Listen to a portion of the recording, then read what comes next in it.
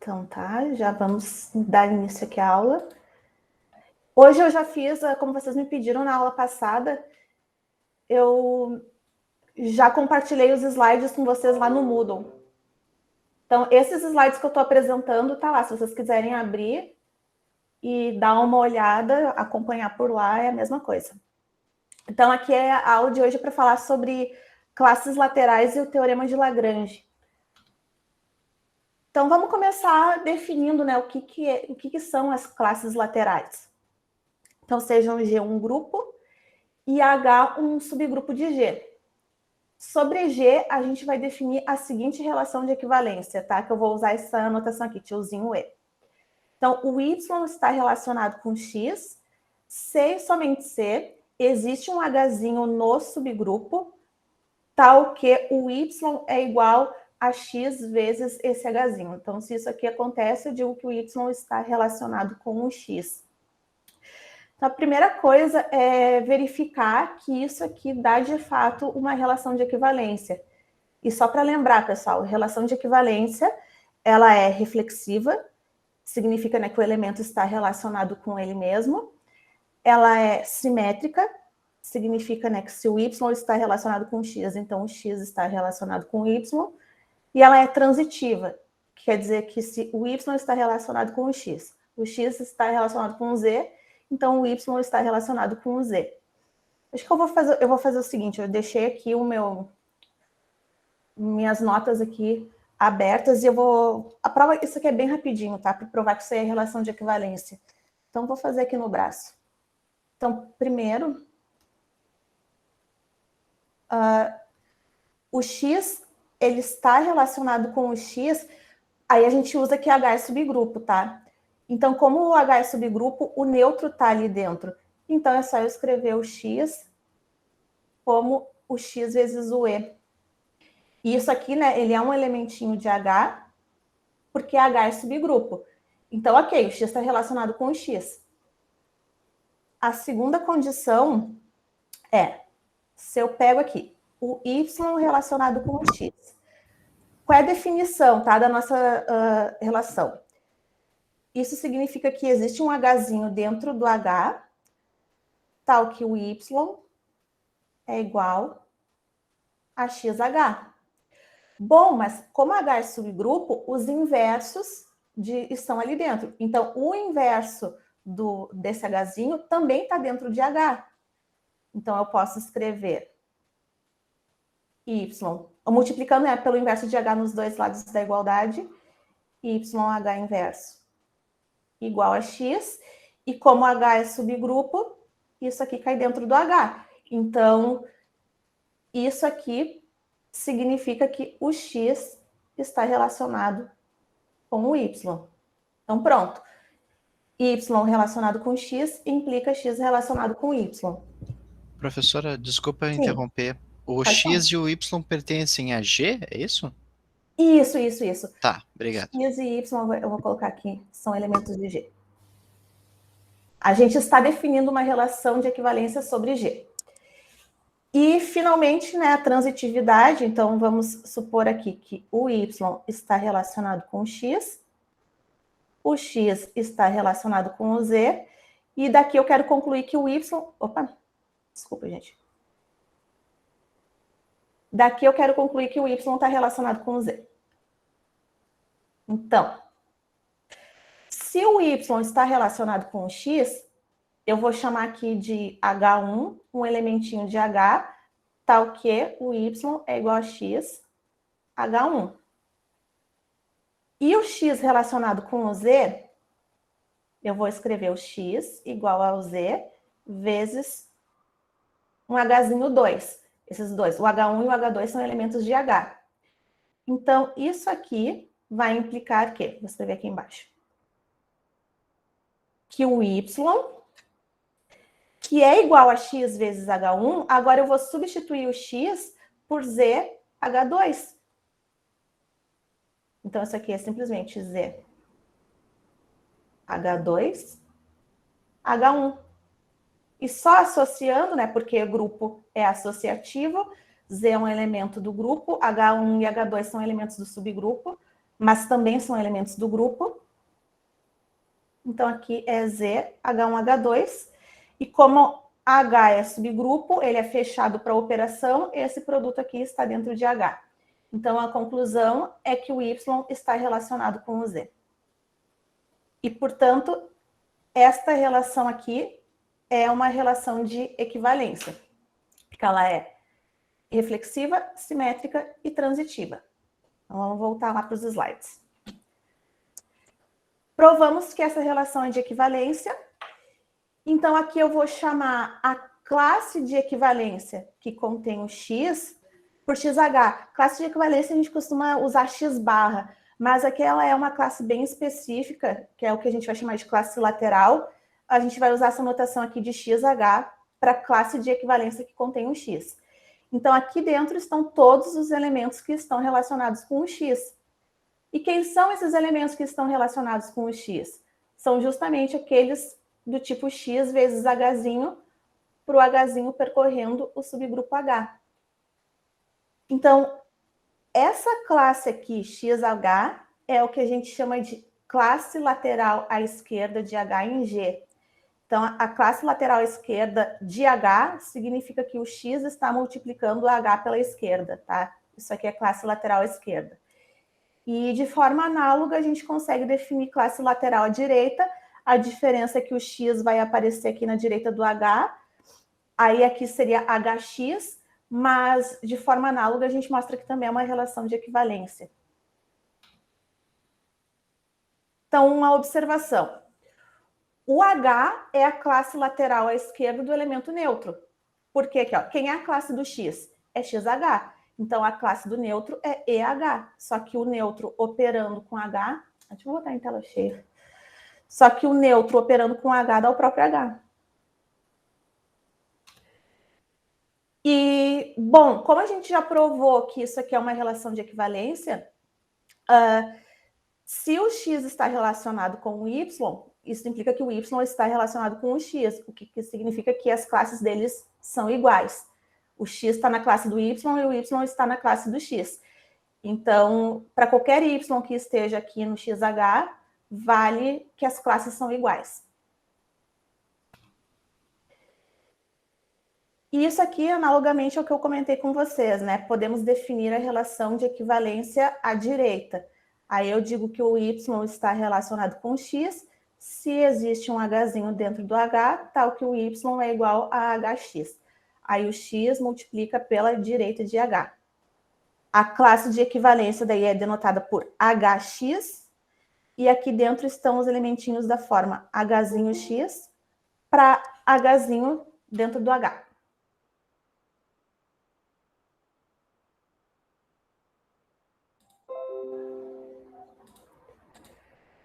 Muito bem. Então, isso aqui é o que a gente chama de classe lateral à direita de H. Vamos fazer um exemplo, para entender bem o que significa classe lateral, tá? Aqui eu peguei o Z9 com a adição, isso aqui tem uma estrutura de grupo, o Z9 aqui são os inteiros módulo 9, e aqui eu vou tomar o subgrupo constituído pelo 0, 3 e o 6. Aqui tudo é barra, tá, gente? Eu só estou omitindo a barra para deixar a notação mais limpa. Mas seria o 0 barra, o 3 barra e o 6 barra. E aí eu quero calcular todas as classes laterais à esquerda com relação a este subgrupo H. Então, vamos começar aqui, ó, com todos os elementos que estão dentro do Z9.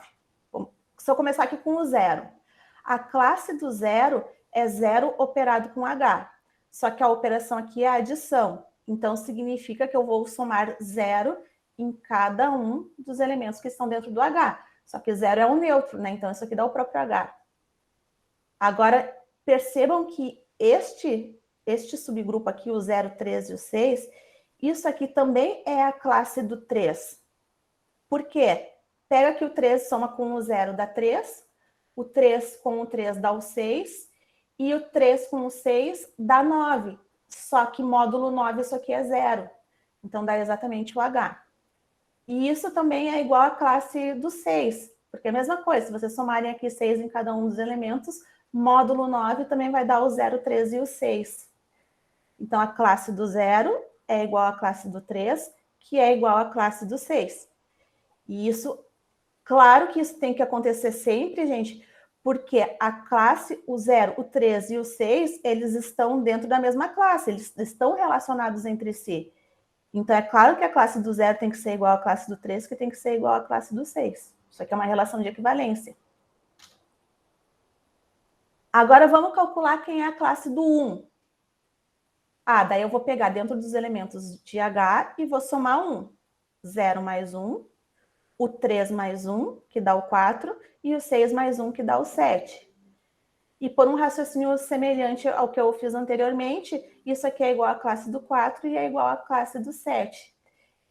Esse tipo de argumento aqui, pessoal, a gente não precisaria nem gastar tempo fazendo contas, porque se tu calculou a primeira classe delas, tá? Primeiro tu fez a classe do 1 e já deu que é 1, 4 e 7, automaticamente isso aqui já é igual à classe do 4 e à classe do 7. Tem que ser assim, né? E aí, finalmente, aqui a classe do 2 é pegar aqui os elementos de H e somar 2. Então, vai dar o 2, o 5 e o 8. E que, obviamente, vai ser igual à classe do 5 e à classe do 8. Então, aqui a gente determinou todas as classes laterais do subgrupo gerado, na classe laterais à esquerda do subgrupo H. Nesse caso, se a gente tomasse as classes laterais à direita, ia dar a mesma coisa, porque esse grupo aqui ele é comutativo, ele é abeliano, né? Então aqui as classes à esquerda e as classes à direita são iguais. Em um grupo que não é abeliano, as classes podem ser diferentes, tá? Mas nesse caso, classes que eu digo à direita e à esquerda podem ser diferentes. Mas nesse caso aqui as classes seriam iguais. Tá? Então, isso aqui a gente determinou todas as classes laterais. Observações a respeito das classes laterais. Observem que todas as classes têm a mesma quantidade de elementos. Olha, a classe do 0, do 1, do 2 e de todos os outros elementos é sempre 3 elementos. E que é exatamente a ordem do H, ou seja, a quantidade de elementos de H. Eu vou provar agora na sequência que esse resultado vale sempre, tá? A quantidade de elementos que a gente tem em cada classe lateral é igual à quantidade de elementos que tem em H. Então, isso aqui não é uma coincidência, isso aqui é uma coisa que acontece sempre. E é claro que quando a gente faz a união de todas as classes, isso aqui tem que dar o grupo todo, né? Porque isso aqui é uma partição do grupo, via essa relação de equivalência. Então, quando a gente faz a união de todas as classes, isso dá exatamente o grupo, o Z9. Então, agora eu vou definir aqui algumas, questão mais de notação, tá, gente? A gente vai ter que se habituar a uma notação nova. Então, eu vou fazer algumas definições. A cardinalidade do conjunto das classes laterais à esquerda é chamado de índice de H em G. E a gente usa essa notação aqui, para índice de H em G. Isso aqui é quantas classes laterais distintas a gente tem. Classes laterais aqui pode ser à esquerda ou à direita, tá? O índice, na verdade, ele é igual à esquerda ou à direita. Ou seja, a quantidade de classes laterais distintas que a gente tem via essa relação de H. Então, por exemplo, qual seria o índice de H em G aqui? Quantas classes laterais distintas eu tenho? 3, que é a do 0, a do 1 e a do 2. Então, aqui, o índice de H em G é 3. 3 classes laterais distintas. Uma observação, tá? O índice de H em G é também a cardinalidade das classes laterais à direita, uma vez que essa aplicação é uma objeção, que foi o que eu acabei de falar, tá? O índice, não importa se é classe lateral à esquerda ou classe lateral à direita, a quantidade de classes que a gente tem à esquerda e à direita é exatamente a mesma, porque isso aqui é uma objeção, né? Para XH, a gente associa o HX inverso. Dentro do conjunto das classes à esquerda, a gente associa uma classe lateral à direita, é 1 a 1, tá? Cada classe lateral à esquerda está associada a uma classe lateral à direita. Então, em números, isso aqui é igual.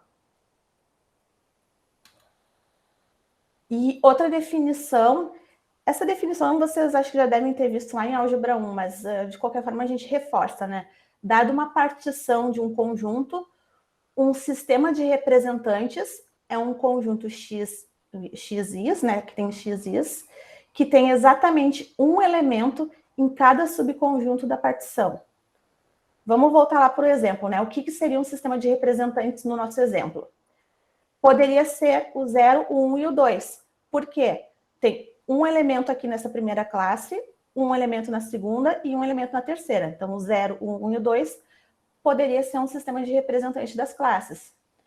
Mas eu poderia também tomar o 0, o 4 e o 8. É outro sistema de representantes. O sistema de representantes não é único. A única coisa que a gente toma é um representante em cada classe.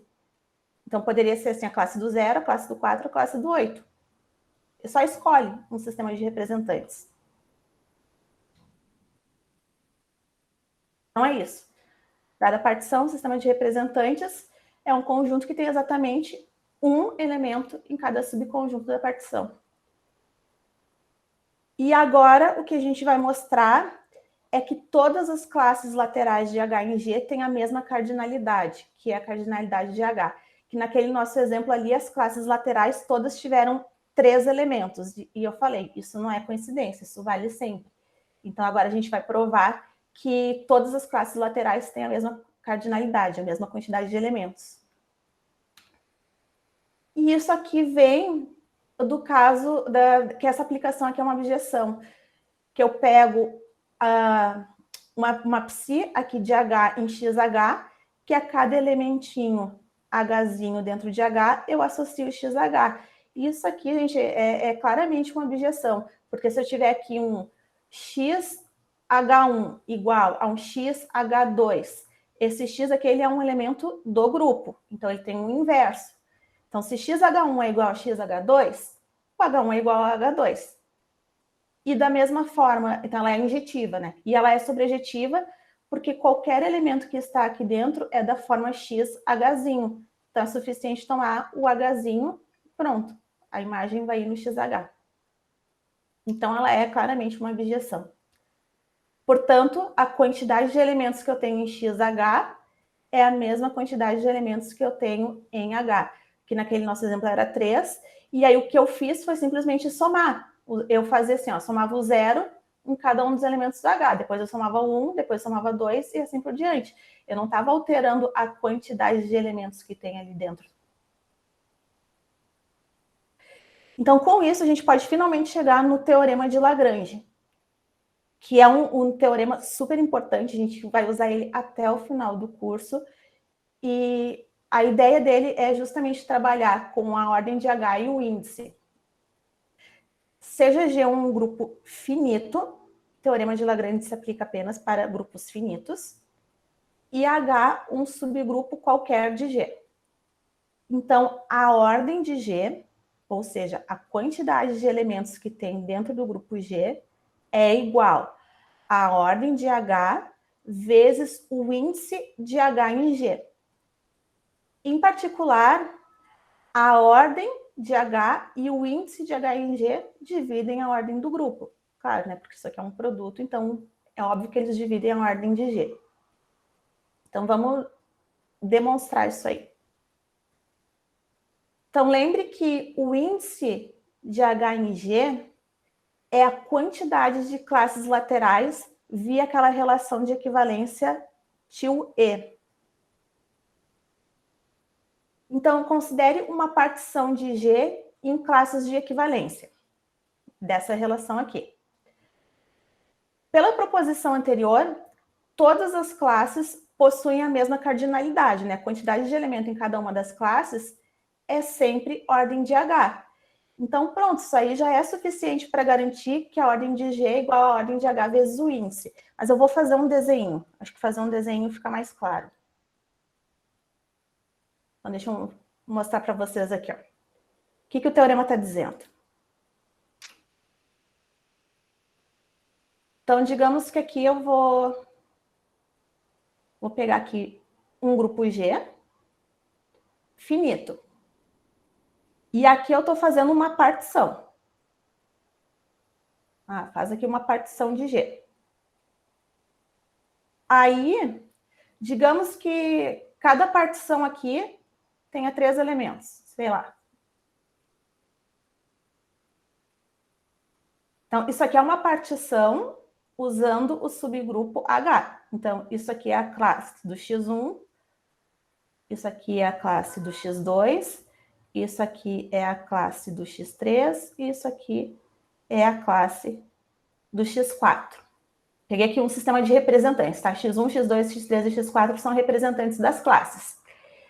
Aí, a quantidade de elementos que tem em cada uma dessas classes, aqui X e H, é igual à ordem de H. Isso aqui vale sempre, como a gente já mostrou. Então, o que eu quero saber é quantos elementos tem em G. O índice de H em G é a quantidade de classes laterais distintas que G possui. Nesse exemplo aqui eu fiz, são 4 classes laterais distintas. Então, nesse exemplo aqui seria 4. Agora, a cardinalidade de cada uma das classes é 3. Então, a ordem total de G é igual à cardinalidade de cada uma das classes, que no caso aqui seria 3, vezes a quantidade de classes que a gente tem, que é 4. Nesse caso aqui, G tem 12 elementos. Então, é isso que está me dizendo o teorema de Lagrange, que a ordem de G é igual. Como aqui eu sei que todas as classes têm ordem de H, então isso aqui é a ordem de H, vezes o índice de H em G, que nada mais é do que a quantidade de classes distintas que G possui. Vocês vão olhando, porque esse teorema é importante, tá? Então, se não ficou claro alguma coisa, aí vocês podem interromper aí e perguntar. Eu vou voltar aqui para a apresentação, mas se vocês em algum momento aí quiserem perguntar alguma coisa, fiquem à vontade. Então, é claro, né, que do teorema de Lagrange vai decorrer alguns corolários. Então, o primeiro corolário, tá? Sendo G um grupo finito e alfa um elementinho de G. Então, a ordem de alfa divide a ordem de G. Isso aqui, tá, pessoal? A ordem de alfa, a ordem do elemento, eu defini na aula passada. É a ordem do subgrupo gerado por este elemento. Mas como a ordem de qualquer subgrupo divide a ordem do grupo, então é claro que isso aqui é uma decorrência imediata do teorema de Lagrange. Então, por definição, a ordem de alfa tem que dividir a ordem de G. Então, isso aqui é imediato pelo teorema de Lagrange. E um segundo corolário do teorema de Lagrange é uma outra demonstração para o pequeno teorema de Fermat. Que esse aqui vocês viram lá na álgebra 1, quando estavam vendo aritmética modular. O pequeno teorema de Fermat diz que, dado P um número primo, então A elevado a P menos 1 é congruente a 1 módulo P para todo Azinho que seja inteiro e que não seja múltiplo de P. Então, agora eu vou demonstrar isso aqui usando teoria de grupos. Então, eu vou pegar aqui um elementinho A, que é um inteiro e que não é múltiplo de P. Então, isso significa que a classe do A não é a classe do zero em ZP, porque ele não é um múltiplo de P. Então, agora eu vou olhar o ZP, o grupo multiplicativo, sem o zero, com a operação multiplicação. E lembra que eu comentei para vocês na nossa primeira aula lá de grupos que a gente tem que tirar o zero, quando a gente toma aqui o grupo multiplicativo, a gente tem que tirar o zero, porque o zero não tem inverso multiplicativo. Então, para ter estrutura de grupo aqui, a gente tem que tirar o zero fora. E como o P é primo, todo elemento que está aqui dentro que não seja o zero tem inverso. Então, isso aqui tem uma estrutura de grupo. E a quantidade de elementos que tem aqui é P menos 1. Como esse A a classe do A não é a classe do zero, esse Azinho está aqui dentro do grupo.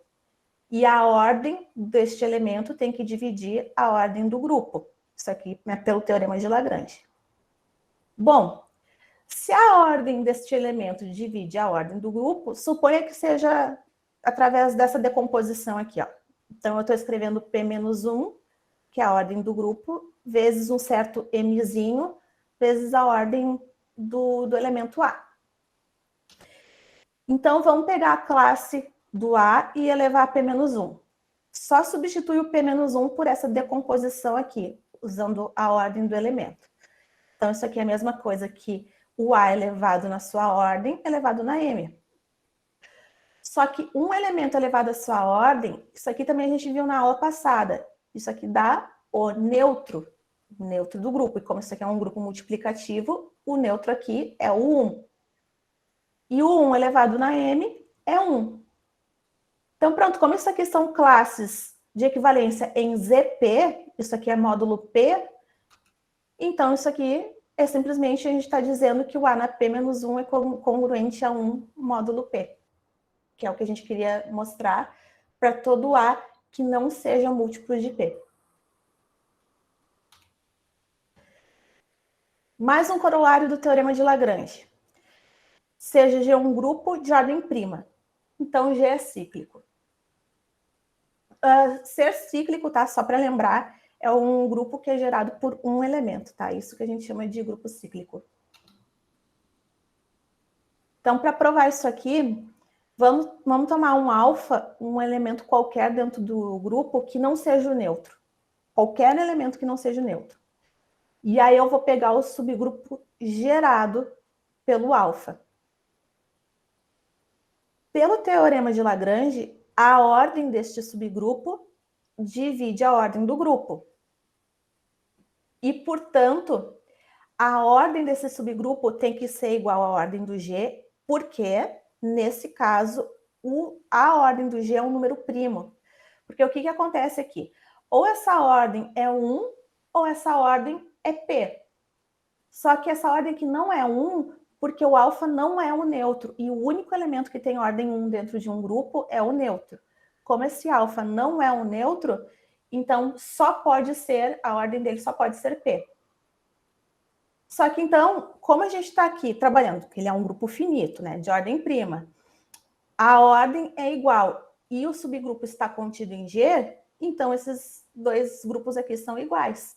Ou seja, o grupo ele é gerado por alfa.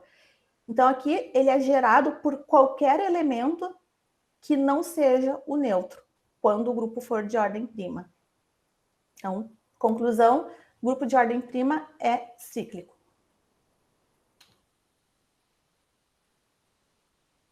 E aí, esse resultado aqui é uma proposição, mas na verdade ele também pode ser visto como um corolário do teorema de Lagrange, no caso em que o grupo for finito.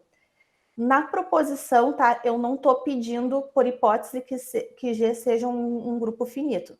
Então, eu vou dividir em dois casos, né? Um caso finito e um caso geral.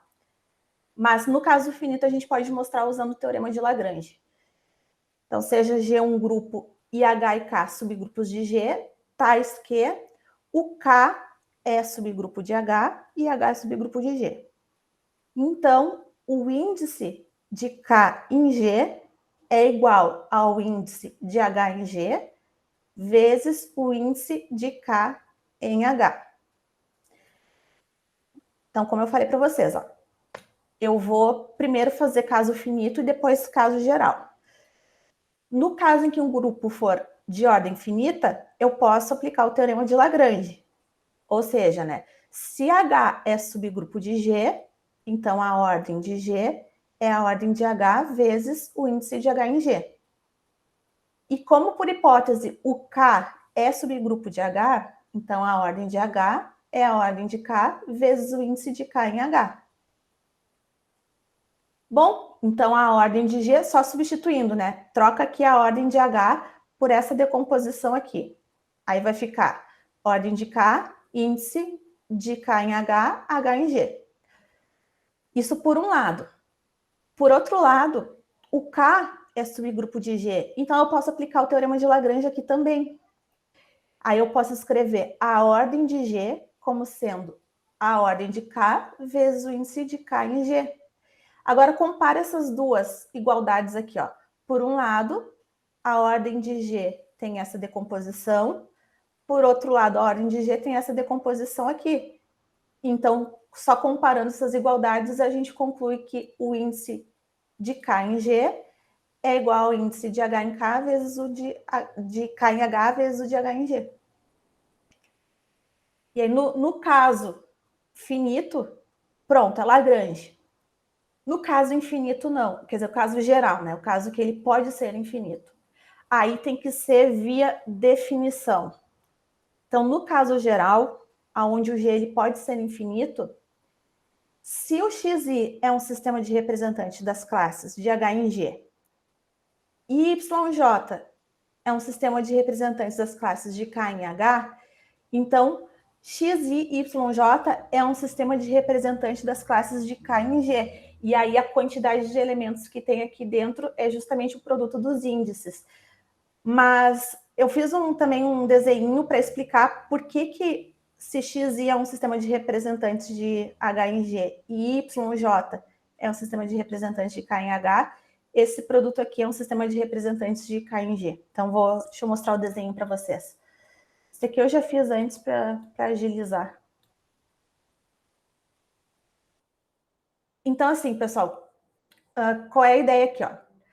Aqui eu peguei os XIs, é um sistema de representantes de H em G, tá? Então, aqui em G, eu peguei uma partição, onde aqui estão os representantes, né, das classes laterais de H em G. Porque H é subgrupo de G.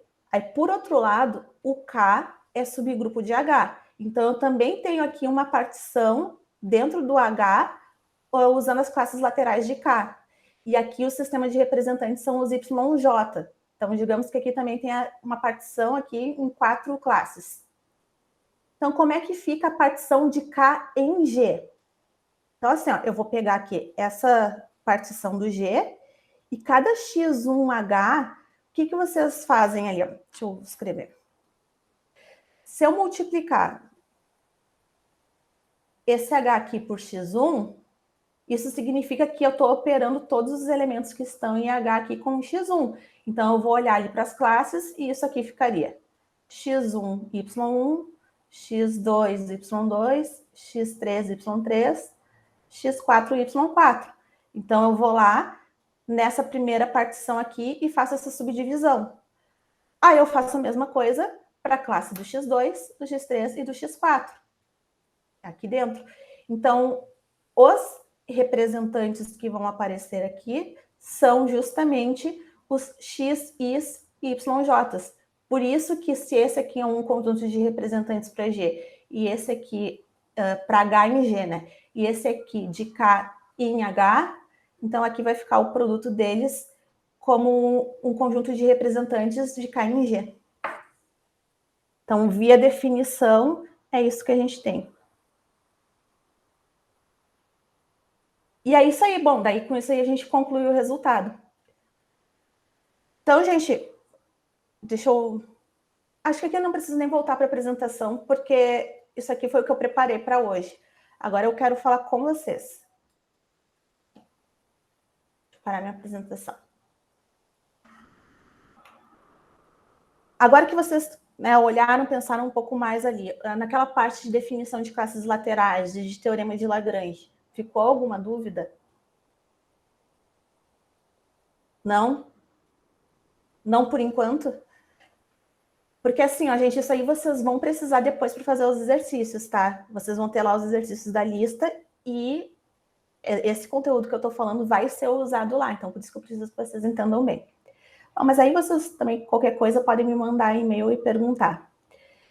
Então, assim, ó, eu já estou encerrando, tá? Quem ainda não me respondeu o e-mail das apresentações, então eu peço que o faça, né, o quanto antes. E se alguém não recebeu, eu sei que o Cláudio eu sei que não recebeu, mas se tiver mais alguém que não recebeu, já me fala agora, tá? E respondam porque eu quero organizar o cronograma das apresentações, então eu preciso que os alunos me deem um retorno. Com licença. Sim. Como é o teu nome? É Thaisa. Thaisa. O que é esse e-mail das representações? Assim, eu acho que eu não respondi. Ah, não, tu não respondeu, talvez não tenha recebido. Eu mandei pela sala de aula virtual. Mas eu ele... entrei na sala de aula virtual. Bom, eu não cheguei a vasculhar muito, só olhei alguma coisa ali, porque eu também estava perdido quanto à tua aula agora, né? Tá me Tá, ouvindo bem? eu vou fazer o seguinte, deixa eu confirmar qual é o teu Pode. e-mail, porque daí como eu já vou ter que mandar para o Cláudio, eu mando para ti também. O teu e-mail é o Ronaldo, @urgs? É esse que tu tá usando? Ronaldo.portincula@urgs.br, é esse que eu estou usando. Tá. Então tá. Então eu faço o seguinte, eu mando para ti também, eu encaminho direto para o teu e-mail e aí tu dá uma olhada. Pode ser? Tá, e só tu podia me dar um briefingzinho, assim, o que significa isso? O que significa as apresentações? Isso? As videoaulas que tem que fazer? Não, é assim, ó, vou te dar uma dica. Vai lá e assiste a aula 1, que tá lá no Moodle, porque ali eu expliquei. A gente vai ter 5 avaliações ao longo do semestre. São 4 entregas de lista e uma apresentação de trabalho. Essa apresentação de trabalho é uma aula que cada aluno vai ter que elaborar de entre 20 e 25 minutos sobre um pedacinho do conteúdo. Esse pedacinho do conteúdo eu vou divulgar depois, de acordo com o cronograma que eu vou fazer. Mas, resumindo, é isso aí. 25 minutos de aula? 20 a 25 minutos aí, por aí. Dá para falar bastante coisa ali, porque vocês virem quanto tempo eu falei, meia hora aqui, falei bastante. Dá para falar bastante. Tá, gente, eu vou... Obrigado. De nada. Eu vou fazer o seguinte, então aqui eu já vou interromper aqui a nossa gravação.